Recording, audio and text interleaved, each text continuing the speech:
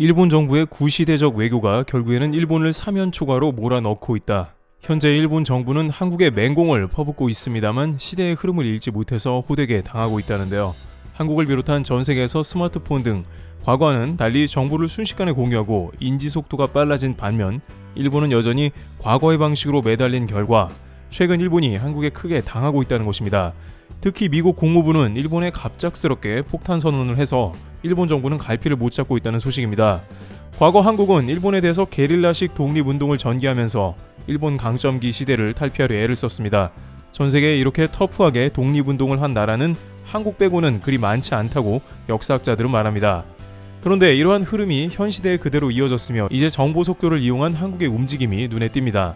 일본에서 벌이는 구시대적 외교 방법이 왜 현재 한국의 정보 속도전에 압도당하는지 살펴보겠습니다. 우선 일본에서는 스가 정권 지지율이 추락하고 동시에 바이든 정부로 전환됨에 따라서 급격하게 한국을 외교 국면에서 융단 폭격하려는 움직임이 곧바로 포착되는 모습을 보입니다. 일본 보수 지지층에서는 이번 기회에 한국의 본때를 보여줘야 한다는 주문이 이어지고 있습니다. 특히 지난 2019년의 수출 규제가 일본의 의도대로 진행이 안 되고 한국 업체가 자체적으로 소재를 개발하고 일본 업체는 도산 위기에 몰리는 등 뜻밖의 국면으로 전개가 되자 이번엔 다른 수단을 들고 나오고 있습니다. 그것은 일본이 수십 년간 자행해온 방법으로 돈으로 로비해서 외교적으로 유리한 국면을 만들고자 하는 행동입니다. 실제 이러한 면은 효과가 굉장해서 일본은 2020년 올림픽을 터키, 한국 등을 제끼고 뇌물로 유치했습니다. 물론 이것이 일본의 발목을 잡는 뇌물이 되었습니다만 이렇게 일본의 로비 자금은 외교 무대에서 위력을 발휘합니다. 그런데 최근 일본은 이러한 구시대적 노력이 정보의 속도 앞에 무너지고 있다는 지적이 나옵니다. 왜냐하면 일본 정부의 자금보다 전 세계에서 공유되는 정보의 힘이 훨씬 강하다는 것을 보여주고 있는데요. 일본은 정부의 입김을 통해서 전범기업인 미쓰비시를 통해 100만 달러를 지불해서 하버드 교수 자리를 샀고 램지어 교수는 위안부는 날조라는 논문을 냈는데 논문이 채 실리기도 전에 이 정보는 미국 전역에 공유가 되었으며 많은 이들이 들고 일어났습니다. 우선 하버드에 당장 소녀상이 설치될지 모릅니다. 하버드가 있는 매사추세츠주의 서영애 한인회장은 하버드대가 있는 보스턴의 소녀의 상 건립을 추진하며 위안부의 현실을 알리겠다고 밝혔습니다. 하버드의 교수 자리를 만들어 위안부 작업을 한 일본 당국이 오히려 하버드 인근에 소녀상이 건립되어 혹 내려다 혹 붙인 당혹스러운 일을 겪게 된 꼴입니다. 게다가 일본은 지금까지 미국에 있는 소녀상을 모두 없애려는 전략을 구사해 왔습니다. 그러한 움직임이 2015년 오바마 정부가 도와준 위안부 협상이었고 일이 잘 풀리는 듯 했습니다. 하지만 정반대로 수많은 미국인들조차 소녀상을 없애려는 일본의 만행에 강한 반대를 표했습니다. 그런 움직임은 미국에서 순식간에 공유되고 있습니다. 가디언즈 오브 갤럭시의 가모라를 연기해 유명한 할리우드 여배우 흥행 랭킹 2위인 조 셀다나는 자신의 인스타에 한국의 위안부 할머니 사진을 올리며 Say sorry, 사죄하라고 일본에 촉구했습니다. 미국에서 막대한 영향력을 가지고 있는 배우가 이러한 목소리를 낸다면 결과가 상당한데요. 왜냐하면 수많은 미국인들은 위안부의 존재조차 모르고 있습니다. 대부분은 그게 뭐야 이런 반응으로 위안부의 존재에 대해서 팬들끼리 묻고 그것은 과거의 일본의 엄청난 만행이라고 답을 서로 주고받습니다.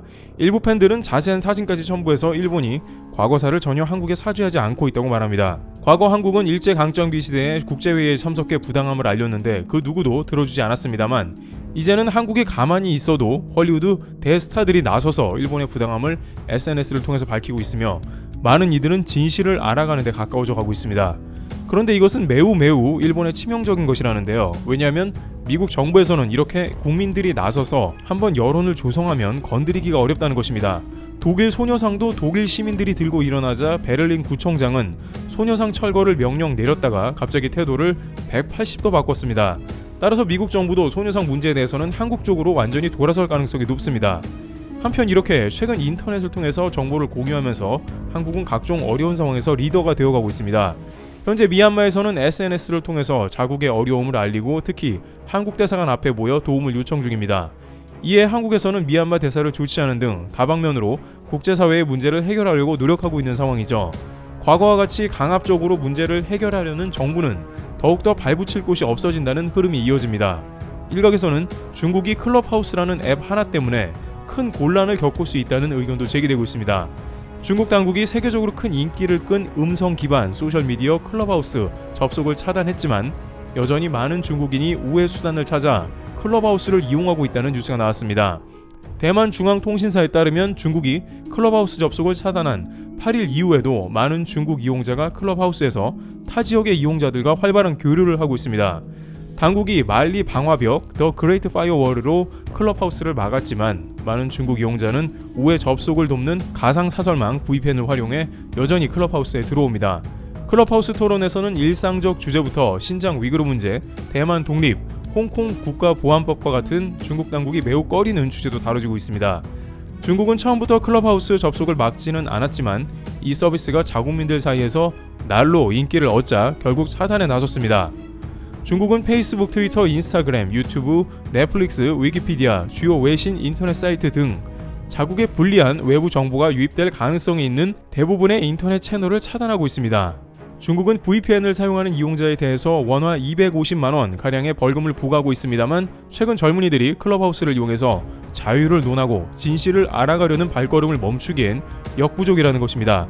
특히나 일본과 중국에서는 우민 정책을 기반으로 한 국민들에게 많은 정보를 날조하는 정치를 펴고 있는데 앞으로 SNS를 비롯해서 첨단 기기가 발달할수록 정부의 구시대적 행동이 더욱 설 자리를 잃어간다는 것입니다. 2015년 미국 정부는 위안부 협정에 대해서 한일 모두가 만족할 수 있는 외교 성과로 발표했습니다.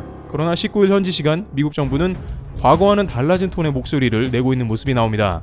미국 국무부는 일본군 위안부 문제와 관련해 미국이 여러 차례 밝혔듯이 2차 세계대전 당시 위안부 문제는 지독한 인권 침해라는 입장을 밝혔습니다.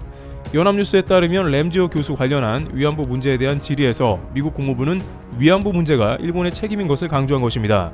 물론 미국 사회에서 여전히 일본의 로비는 거세며 관련 싱크탱크에서 일본의 목소리를 대변합니다만 역사적 진실을 왜곡하는 일본 정부에 대해 미국 시민들이 들고 일어나는 국면이 발생하므로 이에 대해서는 앞으로도 일본 정부의 손을 들어주기는 매우 어려울 것으로 판단되고 있는 것입니다.